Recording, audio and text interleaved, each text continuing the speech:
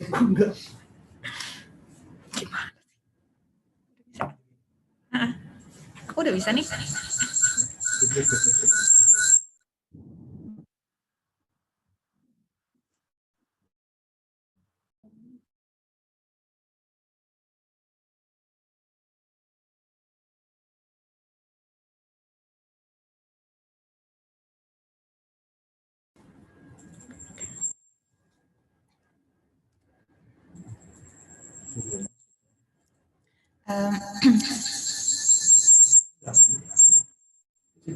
Mikrofonnya, Mas.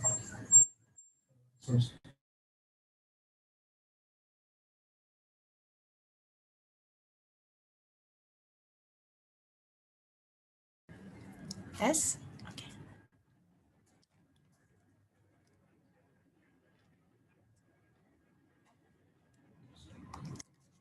Oke, kita mulainya 2 menit lagi, tapi mungkin saya mau coba buka dulu ya. Selamat siang Bapak Ibu yang mungkin sudah bergabung di webinar kita hari ini. Selamat datang. Perkenalkan saya Syafina, marketing dari Medlar Toledo Indonesia. Seperti yang kita bisa ketahui bersama, webinar kita hari ini adalah mengenai proper qualification of weighing balances, proving fit for purpose, yang akan dibawakan oleh Bapak Doni Muhtar selaku Service Operation Leader dari Medlar Toledo Indonesia. Karena waktu yang sangat terbatas, jadi apabila Bapak atau Ibu memiliki pertanyaan terkait presentasi, bisa langsung menulis di kolom Q&A dan informasi tambahan. Di webinar ini kami menyediakan e-sertifikat untuk Bapak Ibu, jadi nanti kami akan share linknya. Jadi nanti mohon untuk bisa dilihat di kolom chat ya untuk linknya. Itu saja sih, kita mungkin bisa mulai ya. Silakan untuk Pak Doni bisa di-share screen-nya.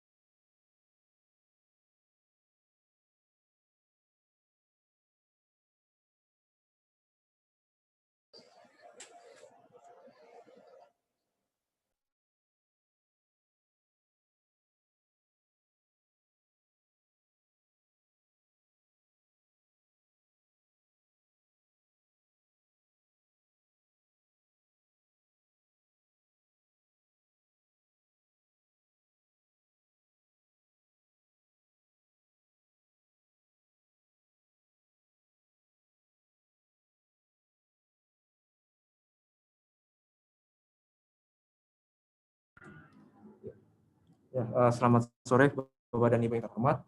Ya, pada kesempatan kali ini saya akan membawakan topik mengenai proper qualification of weighing balance, proving fit of purpose. Jadi dalam konteks kualifikasi ini kami ingin menjembatani bahwa pentingnya kualifikasi untuk memastikan bahwa instrumen, ya dalam hal ini balance, timbangan, itu pada nanti selama masa penggunaan dan selama masa interval kalibrasi itu tetap bisa terjaga performance-nya, kinerjanya selama proses penggunaannya. Oke. Secara garis besar, umumnya kualifikasi suatu unit atau instrumen itu terdiri dari bagian yang umum adalah desain kualifikasi, instrumen kualifikasi, operasional kualifikasi, dan performance kualifikasi. Jadi umumnya kualifikasi ini merupakan dokumentasi, kumpulan dokumen untuk memastikan bahwa kinerja instrumen selama masa penggunaan itu sudah sesuai dengan tujuan penggunaannya. Itu merefer pada definisi yang disampaikan pada USP 1058 mengenai Analytical Instrument Qualification.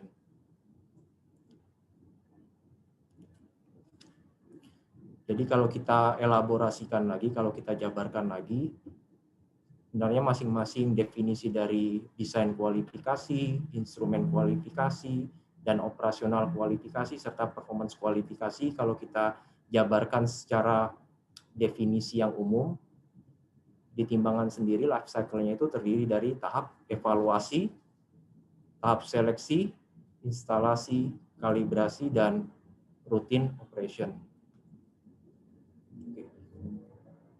Apa pengertian dari masing-masing definisi ini? Sebenarnya evaluasi. Evaluasi sewaktu kita melakukan pemilihan instrumen, kita harus tahu tujuan penggunaan atau instrumen yang akan kita pilih nanti itu tujuannya untuk penggunaannya, untuk proses apa, terus berapa akurasi yang akan kita capai. Itu termasuk dalam tahap evaluasi dan pemilihan. Sehingga pada saat melakukan percakapan atau diskusi di awal dengan fabrikasi atau manufaktur, kita bisa melakukan komunikasi awal yang tepat, pemilihan instrumen yang sesuai dengan tujuannya, dengan tujuan penggunaan kita nantinya. Jadi dalam tahap evaluasi dan seleksi ini kita mendefinisikan instrumen apa yang sesuai dengan tujuan penggunaan kita. Terus instalasi. Instalasi kita melakukan persiapan ya, disesuaikan dengan ya kondisi lab, terus dengan ya dokumentasi kira-kira sewaktu instrumen itu sampai, instrumen itu kita terima, apakah listing dari setiap aksesorisnya itu lengkap, apakah setiap fitur-fitur yang ada di misalnya di suatu unit, misalnya ada fitur untuk melakukan pencetakan atau printer, atau fitur-fitur untuk melakukan penyimpanan suatu metode, itu memang sudah ada dan berfungsi dengan baik sewaktu kita melakukan persiapan instalasi ya. Definisinya ya instalasi kualifikasi maupun operasional kualifikasi. Jadi dari sisi kelengkapan dokumen, kelengkapan aksesoris, dan mungkin ada factory acceptance test, itu ada dan semuanya lengkap sewaktu kita menerima. Dan kemudian dilanjutkan dengan kalibrasi.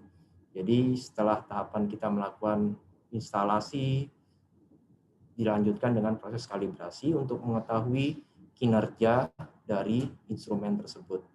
Jadi untuk memastikan bahwa kesinambungan pada saat kita mendesain dan sewaktu aktual kita melakukan instalasi, itu dibuktikan semua pada saat kalibrasi. Jadi kesinambungan evaluasi, pemilihan, instalasi, dan kalibrasi ini merupakan suatu proses yang komprehensif, proses yang saling mendukung. Di sini benang merahnya untuk memastikan bahwa pada saat instrumen yang kita pilih, instrumen yang kita diskusikan, sampai dengan instrumen yang kita instalasi itu telah sesuai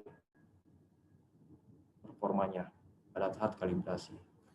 Kemudian kita lanjutkan dengan routine operation. Ya, biasanya ini untuk setelah dikalibrasi kita memastikan biasanya kan ada verifikasi atau ya program jaminan mutu untuk memastikan bahwa instrumen itu selama masa penggunaannya tetap bisa terjaga, tetap bisa sesuai dengan aplikasi kita. Jadi biasanya ada program-program jaminan mutu, ya entah itu dalam bentuk verifikasi atau maintenance atau bagaimana cleaningnya, itu didokumentasikan dalam routine operation. Jadi elaborasi dari pengertian evaluasi, seleksi, instalasi, kalibrasi, dan routine operation ini ya secara harfiah kalau kita definisikan ya terdiri dari desain kualifikasi, instrumen dan operasional kualifikasi, dan performance qualification. Jadi kesinambungan dari DQ, IQ, OQ, dan PQ ini merupakan fokus untuk mencapai bahwa instrumen yang akan kita gunakan nantinya itu sesuai dengan tujuan penggunaannya dan terjaga penggunaannya selama kalibrasi, kurun interval kalibrasinya nanti. Oke. Merujuk pada definisi tadi, ada suatu ya saya bilang suatu monografi di farmakopea mungkin bisa dilihat di chapter yang 1058 yang sangat apik sekali, sangat rapi dalam mendefinisikan tahapan untuk analytical instrument kualifikasi. Di sana ada scope yang jelas, yang clear mengenai siapa bertanggung jawab untuk pekerjaan apa. Jadi kalau misalnya user di tahap desain kualifikasi ini, dia memiliki role, memiliki peran dalam menspesifikasikan atau menentukan, mendefinisikan kira-kira saya punya kebutuhan, saya punya proses yang membutuhkan instrumen apa. Dari sisi manufaktur akan memberikan feedback berdasarkan komunikasi ini, kita mempelajari dari ya proses yang akan Bapak Ibu gunakan untuk apa nantinya, kira-kira seperti ya akurasi, terus apa namanya material atau zat aktif apa, termasuk karakteristik dari zat aktif yang mungkin punya tingkat evaporasi tinggi kayak gitu, jadi bisa disesuaikan untuk melengkapi, untuk mencapai akurasi kira-kira apa sih aksesoris maupun instrumen apa yang sesuai. Di sini peran dari desain kualifikasi, jadi ada proaktif diskusi ya antara user sebagai yang membutuhkan alat dengan manufaktur yang akan memproposalkan suatu produk. Kemudian setelah melalui tahap pemilihan instrumen dan akhirnya instrumen itu diterima oleh user dan siap untuk diinstalasi, biasanya kita menyediakan dokumen IQOQ.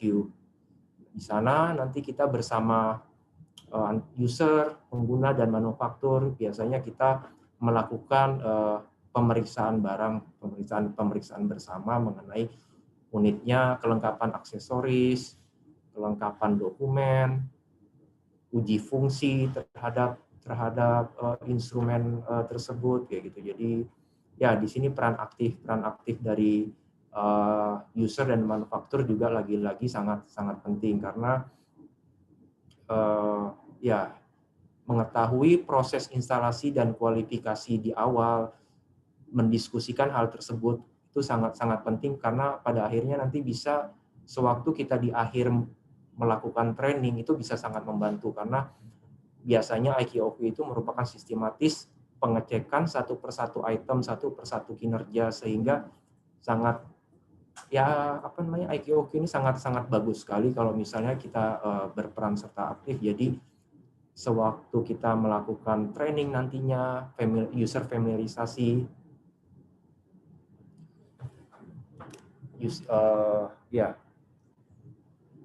familiarisasi terhadap penggunaan alat itu, user sudah memiliki gambaran, sudah memiliki basis nantinya, sehingga jadi sewaktu kita melakukan training operasional itu bisa sangat efektif, karena pertanyaan-pertanyaannya nanti sudah nggak pada tingkat yang mendasar, tapi sudah lebih dalam lagi, sehingga trainingnya nanti bisa lebih efektif. Terus ada program mengenai maintenance. Biasanya manufaktur punya program kayak gitu. Kami memiliki database, kami memiliki expertise untuk istilahnya dari sisi perawatan, dari sisi maintenance. Kira-kira ya program apa aja sih yang untuk menjaga lifetime dari produk ini. Biasanya kalau misalnya user bersedia, kami akan memproposalkan, akan mengajukan mengenai rekomendasi program maintenance atau quality assurance apa yang sesuai untuk berdasarkan proses dan instrumen yang digunakan ini. Oke, sekarang kita lebih dalam lagi mengenai tahap tadi seleksi, instalasi, dan kalibrasi, yang kita akan mulai dengan tahap seleksi. Fokus dari tahap seleksi ini objektif utama dari pemilihan peran aktif diskusi kita di awal ini dalam penentuan spesifikasi produk itu sebenarnya sangat penting untuk kami tahu proses, kami tahu kebutuhan apa, kami tahu proses apa, untuk akhirnya kami bisa mendefinisikan instrumen atau unit yang sesuai. Jadi biasanya kami akan mengumpulkan lebih jauh lagi kepada user mengenai timbangan ini nantinya akan digunakan untuk apa. Terus proses toleransinya berapa sih yang ingin dicapai? Artinya kalau saya misalnya menimbang 10 gram, kira-kira acceptance kriteria keberterimaan atau error yang saya bisa terima dari proses penimbangan saya itu berapa. Terus seperti compliance apa yang ingin dicapai, termasuk mengenai ya properties atau material apa yang ingin ditimbang. Biasanya kami akan mengolek informasi seperti yang dijabarkan ini. Jadi ya lagi tujuan awal ini seperti yang tadi saya sampaikan, karena setiap proses dari tahap pemilihan, instalasi, dan kalibrasi ini merupakan suatu proses yang komprehensif dan berkesinambungan. Jadi sangat penting untuk memastikan di awal kita melakukan pemilihan instrumen yang tepat untuk memastikan bahwa tujuan penggunaannya itu telah sesuai berdasarkan analisa yang kami lakukan dan dari informasi yang kami dapatkan dari Bapak dan Ibu sekalian. Tahap kedua, kita melakukan instalasi. Jadi di dokumen instalasi itu biasanya ya terutama ya sangat penting sih dokumentasi ini, terutama yang perusahaan-perusahaan yang ingin memastikan compliance terhadap suatu ISO gitu. Jadi biasanya kami menyediakan dokumen APOP ini untuk memastikan bahwa setiap fitur, setiap aksesoris, dan setiap performance yang kami lakukan pada saat kalibrasi ini itu didokumentasikan dan telah dilakukan oleh kami dan telah diwitness oleh Bapak dan Ibu sekalian. Oke. Sekarang kita masuk ke tahap kalibrasi.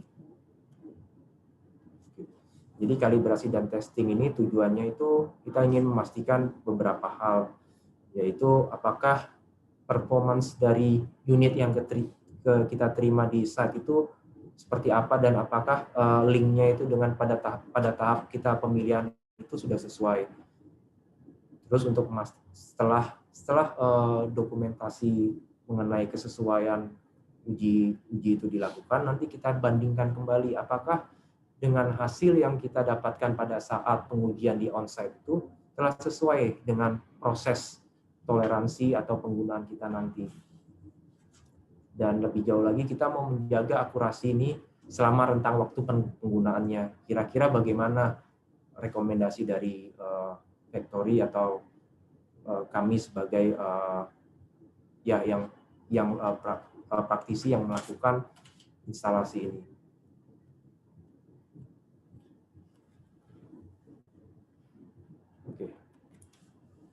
Untuk menjawab pertanyaan terkait mengenai bagaimana kita memastikan performance sewaktu di onsite, ada beberapa poin yang kita lakukan. Yang pertama, kita melakukan assessment kinerja melalui proses kalibrasi. Dan ya, tujuan dari proses kalibrasi ini kita ingin mendapatkan ketidakpastian pengukuran dan seberapa akurat dari instrumen yang kita gunakan ini. Oke. Jadi kalibrasi atau metode yang kita gunakan dalam kalibrasi timbangan ini kami mengacu pada Euramet kalibrasi guideline poin 18. Jadi ya karena kami Mettler Toledo dan kami merupakan salah satu pelopor dan penulis dalam guideline ini. Jadi metode standar yang kami gunakan itu mengacu pada Euramet kalibrasi guideline poin 18. Dan ya output dari kalibrasi ini kami akan memberikan sertifikat berupa laporan mengenai titik poin, set point kalibrasinya, koreksinya, dan nilai ketidakpastian dari masing-masing titik uji. Berlanjut ke pertanyaan nomor 2, bagaimana kita memastikan bahwa setelah dikalibrasi ini, timbangan ini nantinya sesuai dengan tujuan penggunaan kita. Jadi di Euramed itu ada salah satu bagian, salah satu ya, platform yang menyajikan informasi mengenai kalibrasi untuk penggunaan.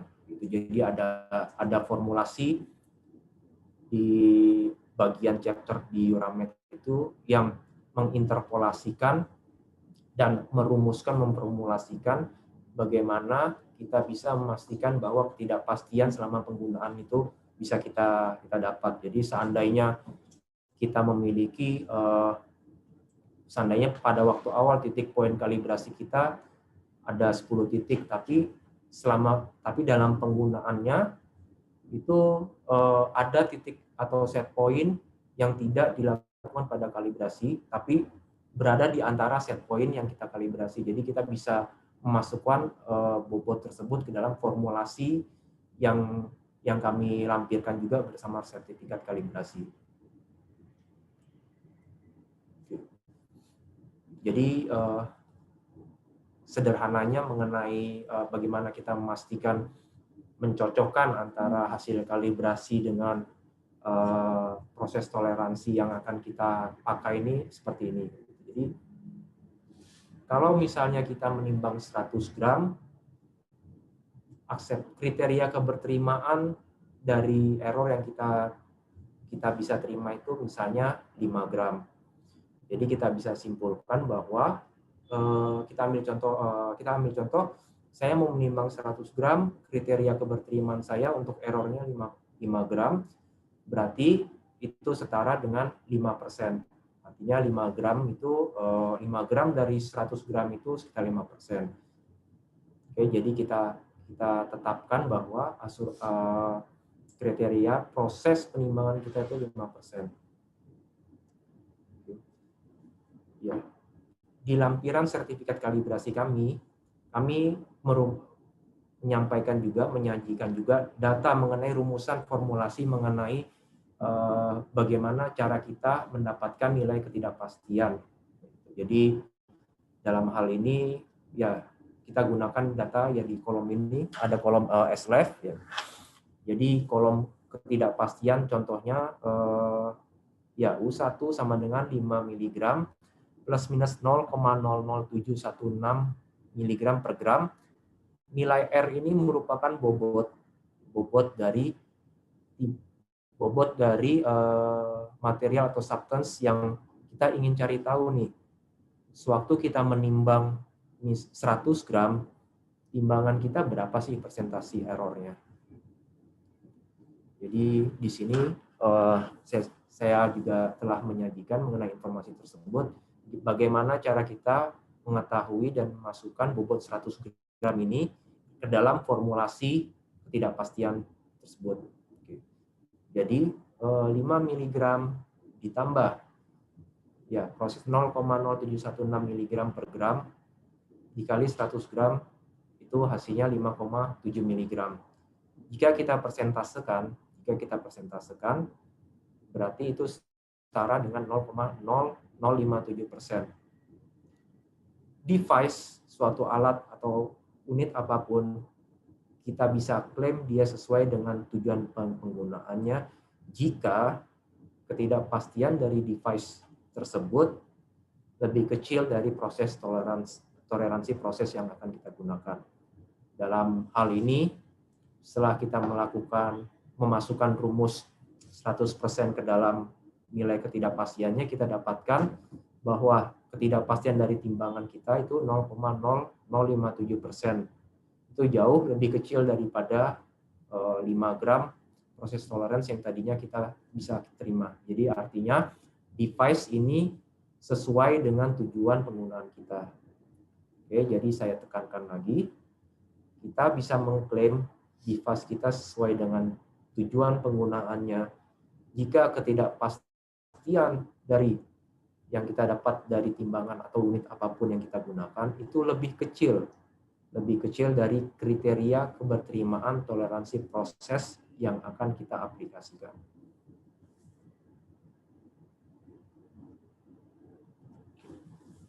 Kemudian kita beralih ke poin selanjutnya, bagaimana kita menjaga akurasi sepanjang waktu.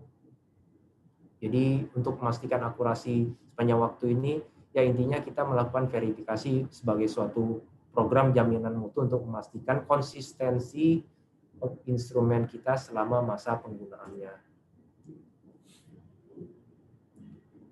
Jadi ya, lagi verifikasi ini basis penentuan untuk berapa interval verifikasinya, berapa tes-tes apa aja yang harus kita lakukan.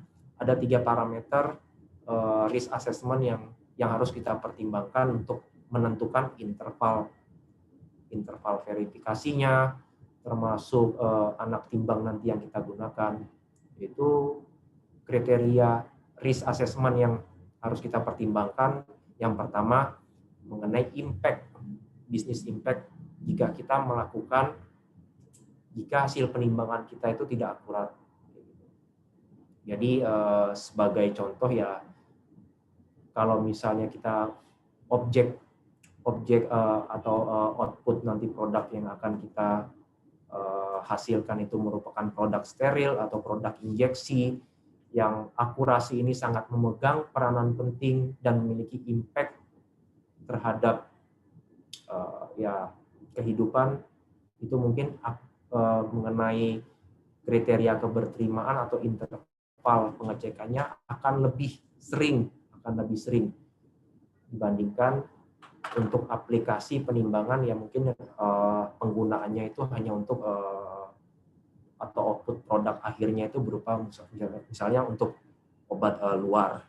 Jadi ya, business impact sangat merupakan salah satu parameter penting untuk menentukan ya seberapa sering atau interval verifikasi kita akan seberapa sering. Terus termasuk impact-nya terhadap manusia, terhadap environment itu seperti apa, merupakan salah satu parameter juga yang harus dipertimbangkan. Terus kemungkinan untuk melakukan deteksi jika kita melakukan jika ada salah satu ketidakakuratan itu seperti apa ya, misalnya ada suatu proses yang error akibat penimbangannya itu mungkin baru bisa terdeteksi ketika 4 atau 5 proses ke depan gitu. Jadi itu kan prosesnya makin panjang, jadi kita kalau mau merunut untuk sebenarnya kalau misalnya ada suatu ketidaksesuaian terhadap hasil yang kita ekspektasikan itu, seberapa lama sih seberapa panjang prosesnya untuk kita melakukan investigasi atau mitigasi. Ada suatu proses yang sederhana, misalnya kita melakukan suatu penimbangan, tapi proses ke depannya itu ada suatu proses yang di depannya itu yang kita bisa langsung mendeteksi bahwa ketidaksesuaian ini terjadi karena adanya kesalahan di proses penimbangan. Jadi semakin panjang prosesnya kita untuk mendeteksi suatu error, suatu kejadian yang mengakibatkan ketidakpastian penimbangan ini, ya berarti semakin sering juga. Jadi mitigasi untuk interval verifikasinya juga harus kita sesuaikan. Ini juga sejalan dengan USP di monografi 1251 juga ada yang menyatakan bahwa interval verifikasi itu sangat ditentukan oleh risk analisa resiko yang kita yang ada di proses kita. Jadi ya umumnya 3 faktor ini yang harus dijadikan pertimbangan dalam menentukan seberapa sering interval kalibrasi ini kita lakukan, interval verifikasi ini kita lakukan. Jadi ilustrasinya seperti ini. Semakin tinggi resikonya, semakin tinggi proses toleransi, semakin ketat kriteria keberterimaannya, semakin sering tes yang harus kita lakukan.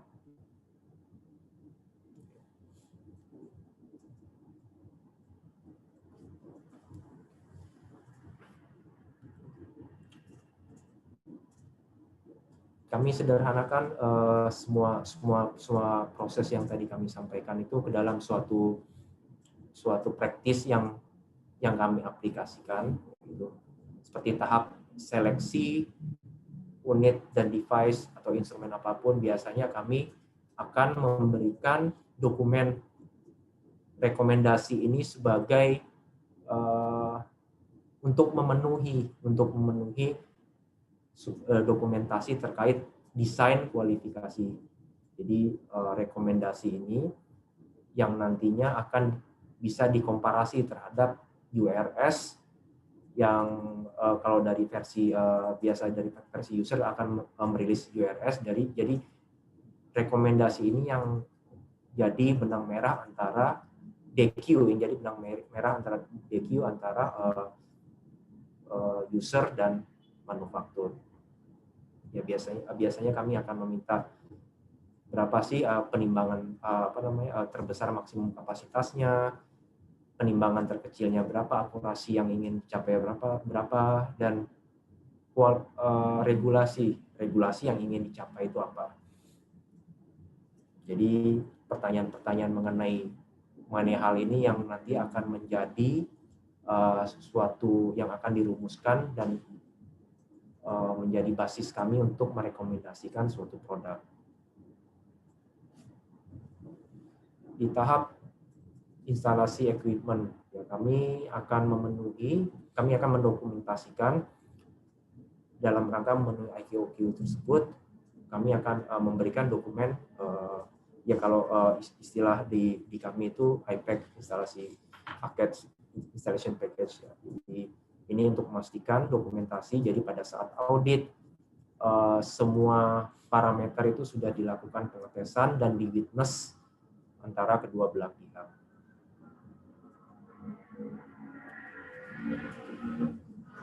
Di sisi kalibrasi, kami menyajikan informasi mengenai kalibrasi, ya ini yang umum, yaitu bagian halaman depan dari kalibrasi, sertifikat kalibrasi kami, ya berisi mengenai user, mengenai deskripsi unit dan di mana lokasi instalasinya,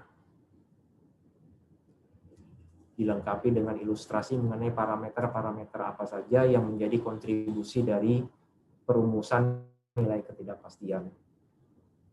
Ya, ini bagian-bagian yang general dari persyaratan. Biasanya laboratorium akreditasi harus menyajikan informasi tersebut. Ini hal yang umum dari persyaratan dari ISO 17025 sendiri mengenai informasi apa yang harus disampaikan dalam sertifikat kalibrasi. Mengenai informasi tambahan, ini yang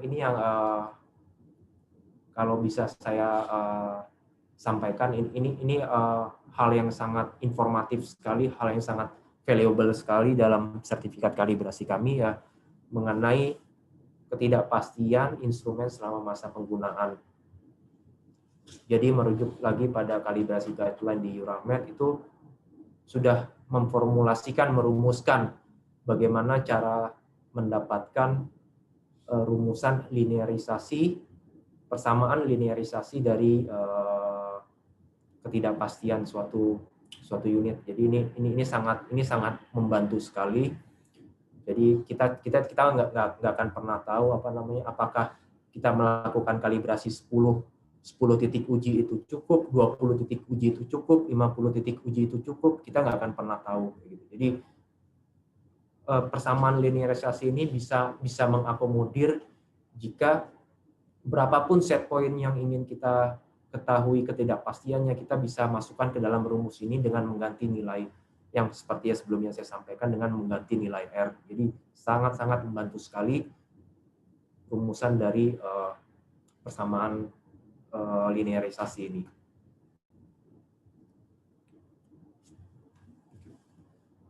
Lagi ini merupakan informasi yang valuable juga untuk terutama untuk analisa penetapan kadar yang membutuhkan akurasi yang tinggi. Kami melampirkan mengenai toleransi dan minimum penimbangannya. Gitu. Jadi ini sangat informatif sekali. Jadi jika ini untuk sebagai gambaran, kalau misalnya suatu saat instrumen saya mengalami pergeseran kayak gitu, dan setelah dilakukan atau instrumen kita karena suatu usia kayak gitu melakukan pergeseran, dan misalnya saat ini timbangan saya bisa mencapai kapasitas penimbangan dengan bobot tertentu itu 0,5%. Gitu. Suatu saat setelah usia tertentu itu nggak bisa lagi berdasarkan sertifikat kalibrasi ini nggak bisa lagi mencapai 0,5%. Apakah timbangan ini bagaimana selanjutnya untuk timbangan kami kayak gitu. Itu jadi dengan tabel ini user bisa melakukan suatu decision, melakukan suatu keputusan. Apakah mungkin saya memiliki aplikasi yang lebih longgar lagi, yang akhirnya timbangan ini bisa saya alokasikan untuk proses yang akurasinya ya mungkin lebih besar, kriteria keberterimaannya lebih besar. Jadi ini bisa jadi informatif sekali untuk pengambilan keputusan jika akan dialokasikan kemana nantinya jika timbangan kami mengalami suatu pergeseran atau ya tadinya misalnya 0,5 tapi setelah 10 tahun, setelah beberapa tahun kemudian mengalami pergeseran jadi nggak bisa lagi mencapai 0,5 tapi 1% kayak gitu. Kita bisa memutuskan nanti kita alokasikan apakah ada proses yang sesuai dengan pemakaian timbangan ini di kemudian hari.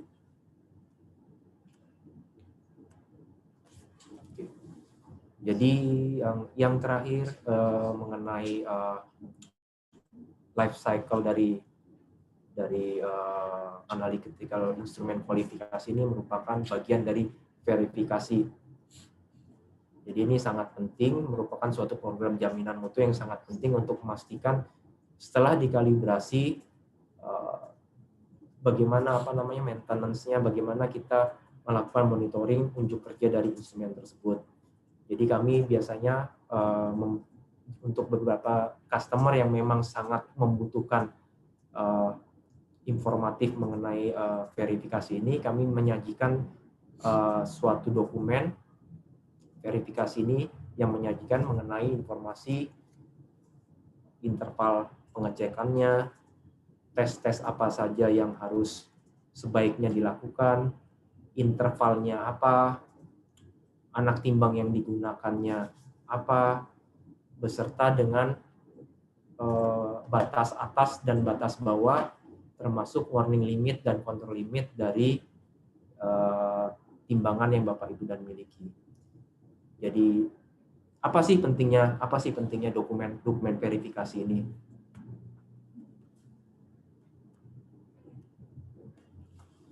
Jadi pentingnya dokumen verifikasi ini yang relevansinya dengan program jaminan mutu ini, kita bisa memonitoring unjuk kerja dari instrumen kita selama kurun waktu interval kalibrasi.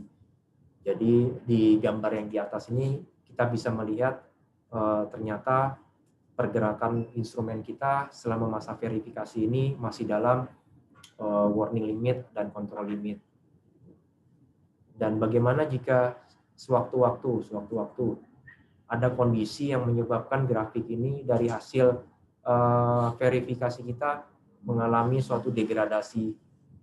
Jadi sebagai peringatan, sebagai indikasi kita untuk melakukan mitigasi, untuk melakukan tindakan perbaikan, apa yang terjadi, kenapa bisa terjadi drifting ini selama masa verifikasi, apa yang harus kita lakukan ke depannya. Jadi sebagai informasi bagi kita untuk mencegah impact yang lebih jauh lagi. Jadi di sini link dari verifikasi tersebut. Jadi ilustrasinya, jika informasi yang ada di dokumen verifikasi ini bisa digunakan dengan efektif dan bisa diplot dalam suatu chart, itu bisa jadi basis untuk kita melakukan decision mengambil tindakan jika sewaktu-waktu instrumen kita mengalami degradasi. Oke, demikian slide dari saya. Itu merupakan akhir slide dari saya. Untuk jika Bapak Ibu ingin melakukan diskusi lebih lanjut, kami juga sangat terbuka untuk memberikan feedback, untuk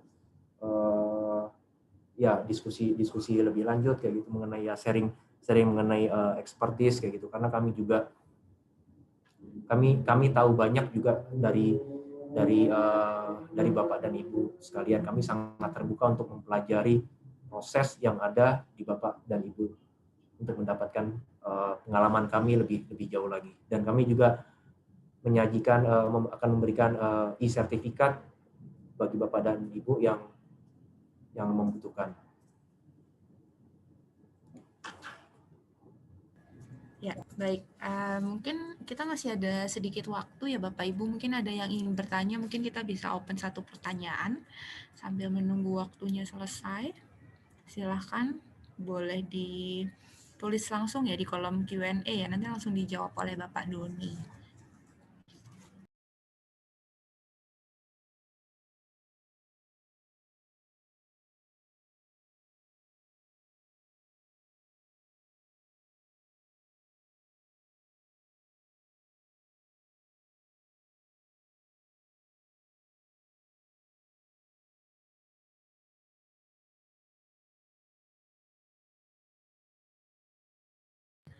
Oke ya, Bapak Ibu sekalian, apabila memang tidak ada pertanyaan, saya ada share untuk feedback form ada di kolom chat.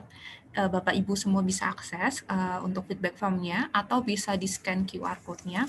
Jadi ini nanti apabila Bapak Ibu membutuhkan sertifikat dari webinar ini, nanti akan kita kirimkan. Selain itu, apabila Bapak Ibu memiliki pertanyaan atau ingin berdiskusi lebih lanjut dengan Bapak Doni atau dengan tim dari Meta Toledo untuk bertanya terkait dengan penimbangan, bisa ditulis juga di feedback form tersebut, nanti akan dihubungi oleh tim kami, seperti itu. Kalau memang sudah tidak ada lagi pertanyaan, akan langsung kami tutup saja ya untuk webinar di hari ini. Terima kasih banyak untuk atensinya dari Bapak Ibu sekalian. Terima kasih banyak, selamat sore semuanya.